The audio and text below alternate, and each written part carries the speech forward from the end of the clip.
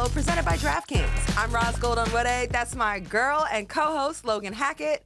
And y'all, we are back from vacation. We are here in studio. I don't know about you, Logan. I'm feeling refreshed. I got a tan, okay? And Ooh, I'm ready love to go. it. How are you feeling? I feel rejuvenated. I don't know if it's the weather or what, but everything just feels so bright and happy and sunny. I love it, especially with All-Star Weekend coming up. Absolutely. I feel like we're at the halfway point of the W season. Not the summer, though. I feel like we got a good, strong chunk of summer left, right? I hope so. I too am hanging on to the concept of a lot of summer left. Okay. But guys, we have a lot of show and women's basketball and women's sports here to bring to you. So let me give you today's menu for the show. Does Angel Reese deserve an apology? Caitlin Clark, she returns from injury. Dewanna Bonner, she's making some immediate impact for the Phoenix Mercury. And don't forget, y'all, you can watch new episodes not once, but twice a week, one on Tuesday and one on Thursday. And as always, thank you so much for subscribing, commenting, liking, following our socials, sending our pages to people. We love to see the love, and we love y'all for the love. But Roz, are you ready to get into it? Absolutely. I'm ready to go. Let's do this. Let's do it. So we have got to talk about Angel Reese because she has been Yeah. on a heater, on absolutely hot fire flames. And, you know, when you look at the box score of her games, it is obvious that something has changed and that the sky Yeah. made little tweaks on how she's being used. But she's been on an 8-game double-double streak with absolutely no signs of slowing down. And at the beginning of the season, there were huge eyes on her really underperforming, and everyone had takes. But now, quiet ain't no bat talk. Nobody's talking about it. I open my feed and it is so peaceful. I love to see it. But that brings me to the question, does Angel Reese deserve an apology? You know what? Angel does deserve, well, she deserves flowers, right? Because the commotion was loud when she started the season out poorly. And so the noise should be loud for how well she's responded and now consistently played over a long period of time. We're talking about a month plus now. So, you know, I'm sure I would like to imagine that Angel don't care about nobody's apology. Like she's just handling her business on the court. But for all the people who are clout chasers around Angel's name, people who dismissed her, people who don't even watch Angel play, they were just happy to hear that she started the season off poorly, and they were just, you know, happy that that could confirm all of their assumptions and guesses about her. Those people need to pay attention because her game is doing the talking right now, and the numbers are not lying. Like, Logan, you showcased all those numbers. And right now, Angel Reese is playing like a top 10 player in the WNBA. She has how many now? 41 double-doubles. She's played a total of 55 games. The math on that is about 74% of her total career games over a year and a half of her baby little WNBA career. Almost 75% of that, she's pulled up with a double-double. Like, wrap your mind around that. The consistency of that, the toughness of that, the physicality. Yes, I also want to point out 14 games this year. She's had a double-double. There was one triple-double. She's only played 21 games, but I think you were on the way to also mentioning her improvement, and that is the Yes. biggest thing that has stood out to me. And it's so crazy to watch Angel hooping right now because it's nowhere close to the ceiling that I think she possesses. She's shooting about 44.5% from the field, and it's still up 5% from last year, but it can 100% get higher. And then when it comes to the assists, she has 16 more assists in 21 games than she did in 34 last year. That Yeah. is crazy work. It's crazy work. And I love you talking about Angel's ceiling. Like, talk about how much of a jump we saw just within one half of a season. And there absolutely is a strategic adjustment, I think, that has a lot to do with the growth we're seeing from Angel. First of all, you know, it seems like where the point of action is that she is catching and starting with the ball is higher up. She has more space to work with now, and she can get downhill and then allow her to utilize her mobility to make a play for herself or to make a play for someone else. She's a nice passer. There's been a couple of mistakes and turnovers now that she's handling the ball a little bit more. That comes with the territory. But what we're seeing from Angel, she is mobile. She is a playmaker. Her assists are up. Her pace, actually, remember when Tina Charles spoke with her about slowing down in the paint. That was last season, her rookie year. And it seems like something's clicked. Like she's not as in a rush in there. And now she's utilizing her strength. She's very strong, but like finishing through contact. There's a bump and she keeps going through, or she's stepping through defense and contact and all the things. So we're seeing that growth from her. And then I think it's better than us catching her when she was on the low block, or getting the ball closer to the rim or catching stagnant. And that really didn't showcase all the different ways she could impact the game.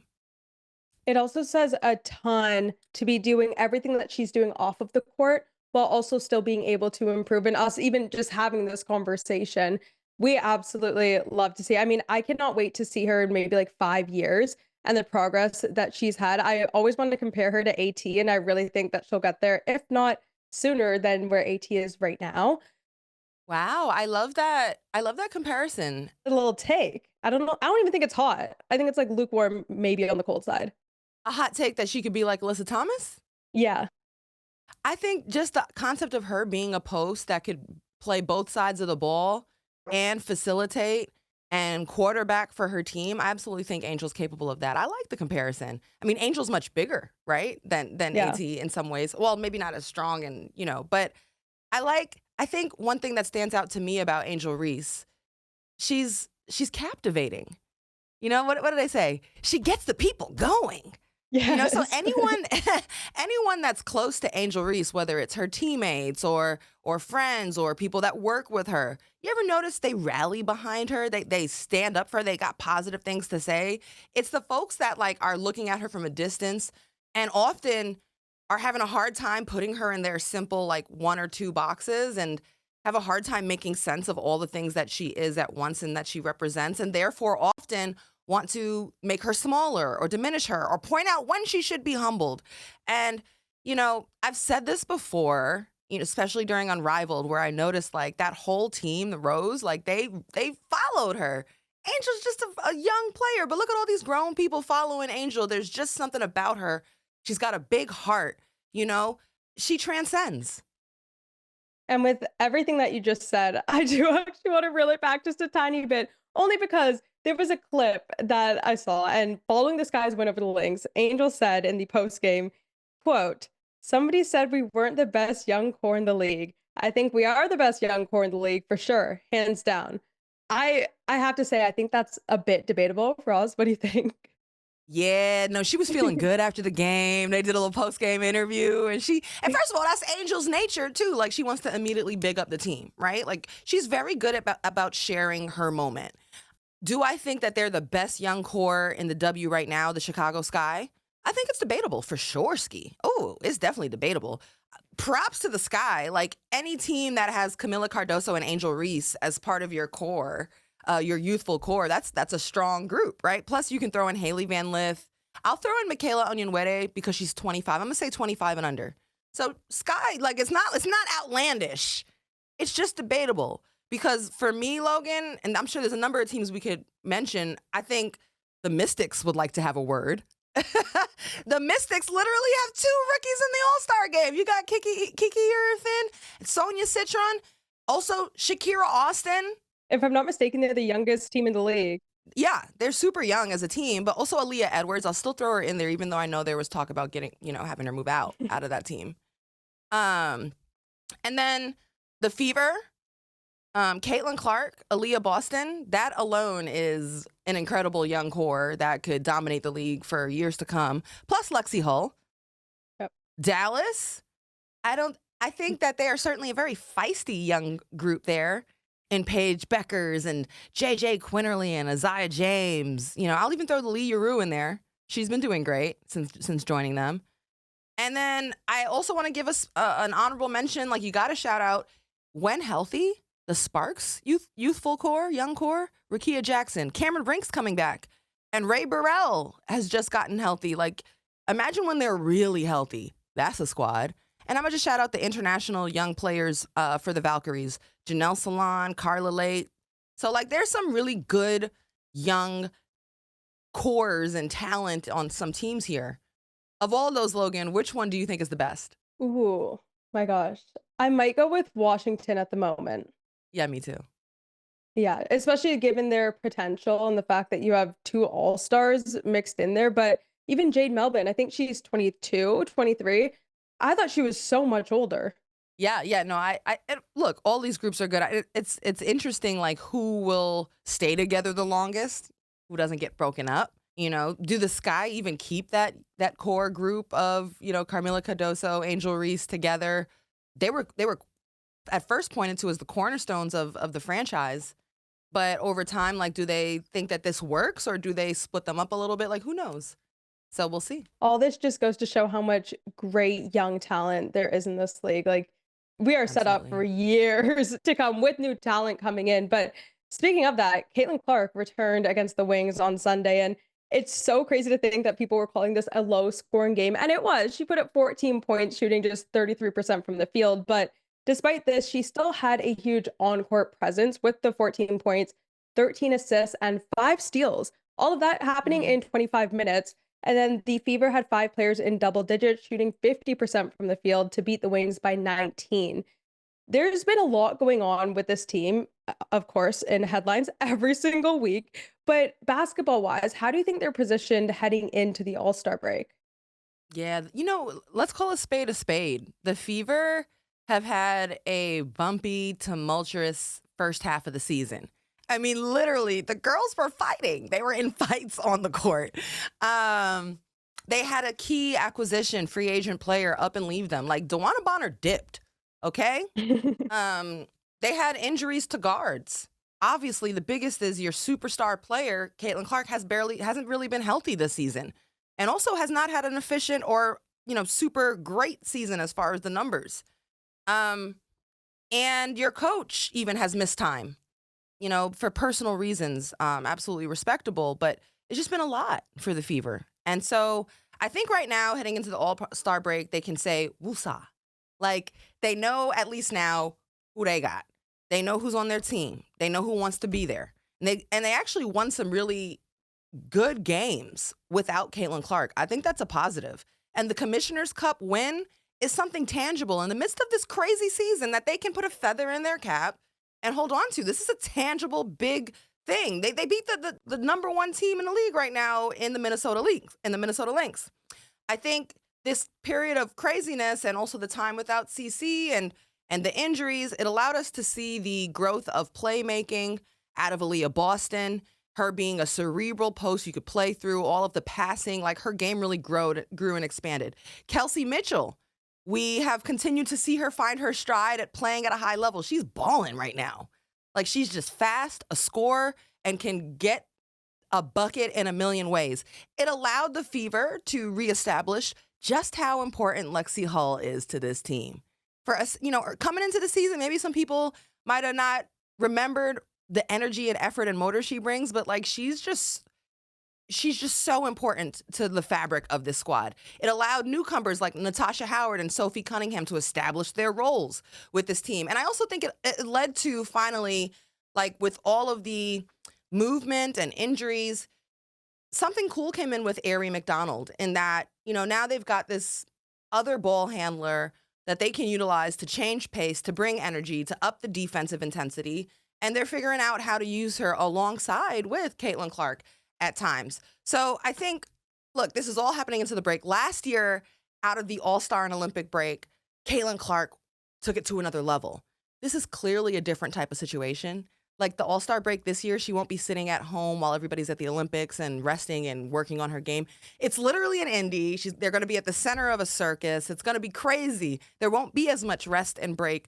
But at minimum, if Caitlin Clark comes out of the All-Star break and is at least healthy and being more efficient, I think the Fever can stabilize.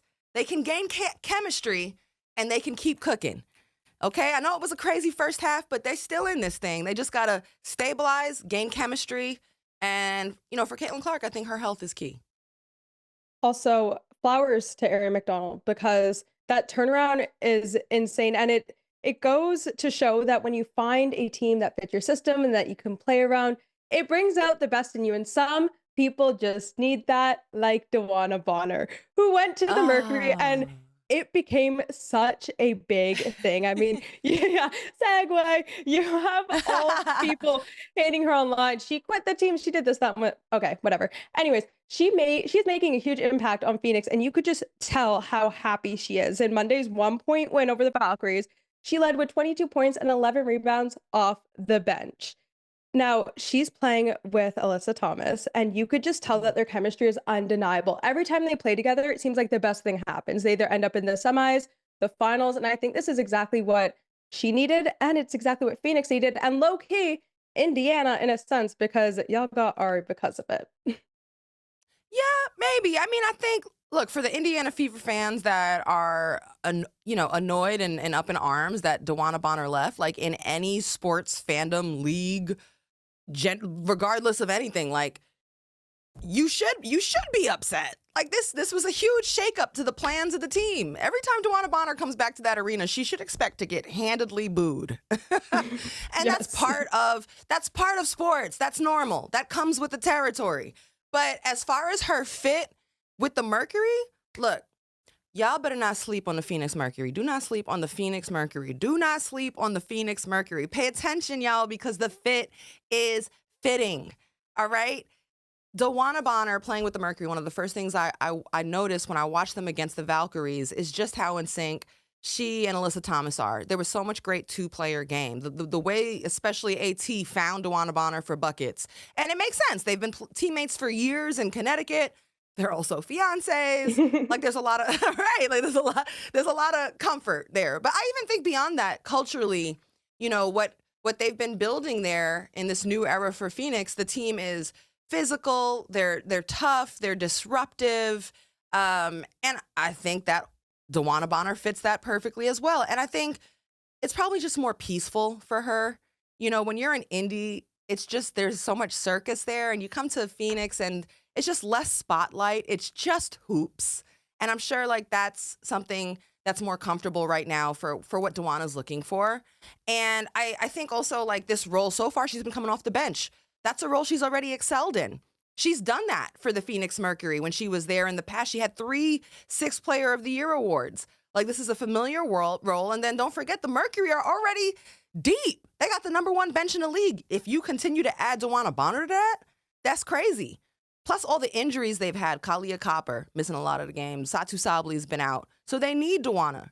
But let me tell you right now, if all of them get healthy, and then all of those international players in that deep bench, then you got a big 4 of Alyssa Thomas, Dewanna Bonner, Kalia Copper, and Satu Sabli. That's a very dangerous team. That team is a crazy team to see in the playoffs, and it'd be hard to bet against them. Absolutely. I remember if this is true, in post-production, producers note, can y'all just put in the little receipts there? I feel like when we went through the teams with Mo, I was saying Phoenix is a sleeper on paper. I don't know why more people aren't talking about them, but the fact that they have now added Dewanna to this, I can definitely see them going on a finals run and then everybody being like, whoa, how did this happen? If you watch them, you will 100% understand. A few weeks ago, I watched them play the Sky, and my jaw was genuinely on the floor. If one player was on the bench, if a starter was on the bench, another one was coming out, absolutely hitting deep threes. The way that they play as a team is amazing. Coming up, I make my DraftKings pick of the week. We'll be right back.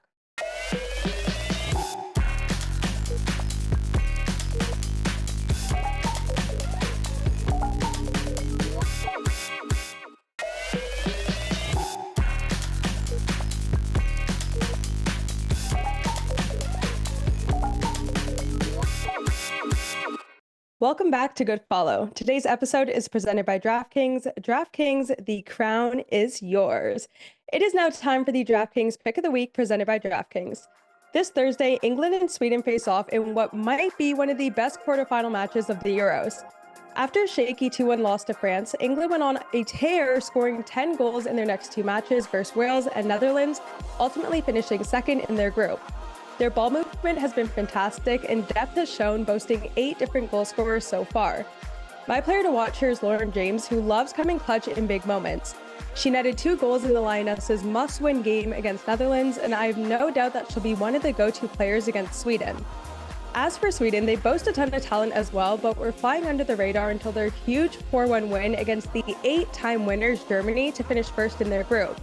One player I definitely look out for is Stina Blackstenius, who propels the Swedes with their goal-scoring abilities.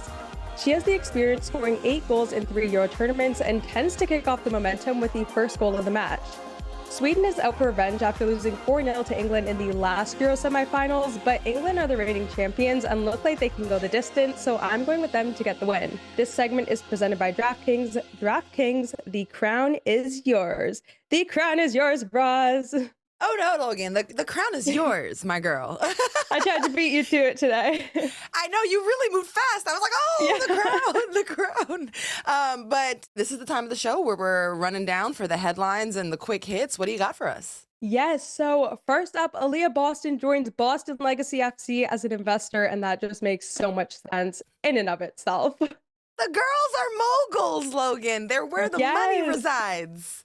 We absolutely love to see it. NWSL Boston's making big moves already too. So absolutely love to see it through and through. What we don't love to see is Tobin Heath announcing her retirement. What a legend. So sad to see. I feel like we kind of knew it was coming, but the fact that it's official is heartbreaking. Yeah, she hadn't played in like 3 years. I think this is actually, just nice closure at the end of a legendary career. So congratulations. I also love how she did the announcement, and it was just so perfect. And she had her wife, Kristen Press, and it was beautiful. But on the weekend, we also saw the Wimbledon final where number 8, Iga Swiatek, defeated number 13, Amanda Anisimova. And this was crazy. It was the first time since 1911 that a double bagel was in the Wimbledon final. For those who don't know what a double bagel is, it's when you win. It's when you win 6-0, 6-0. So the other player pretty much didn't get a point on the board. And that's it's crazy, the level of domination. Right? Even after the match, she was like, I did not expect that. Like, so when she's on fire, she is like absolutely lights out. And at just 24 years old, she's 1 win away from a career Grand Slam, which is crazy to think, even how long it took Serena to do it. Yeah, well, shout out to Iga, representing for Poland. Yeah. But also on our American side, Amanda, you represented, even being in the final was crazy, and coming back from, time away for mental health and all the things. We're proud. And it's tough to get up there in the final and do what you can. 100%. I truly hope Amanda is proud of herself. And lastly, we have Portland revealing their team name, which is the Portland Fire, which also means that the Portland Fire is back because they were in the W, I believe. I want to say, I know 2002 is one of the dates, maybe 2002?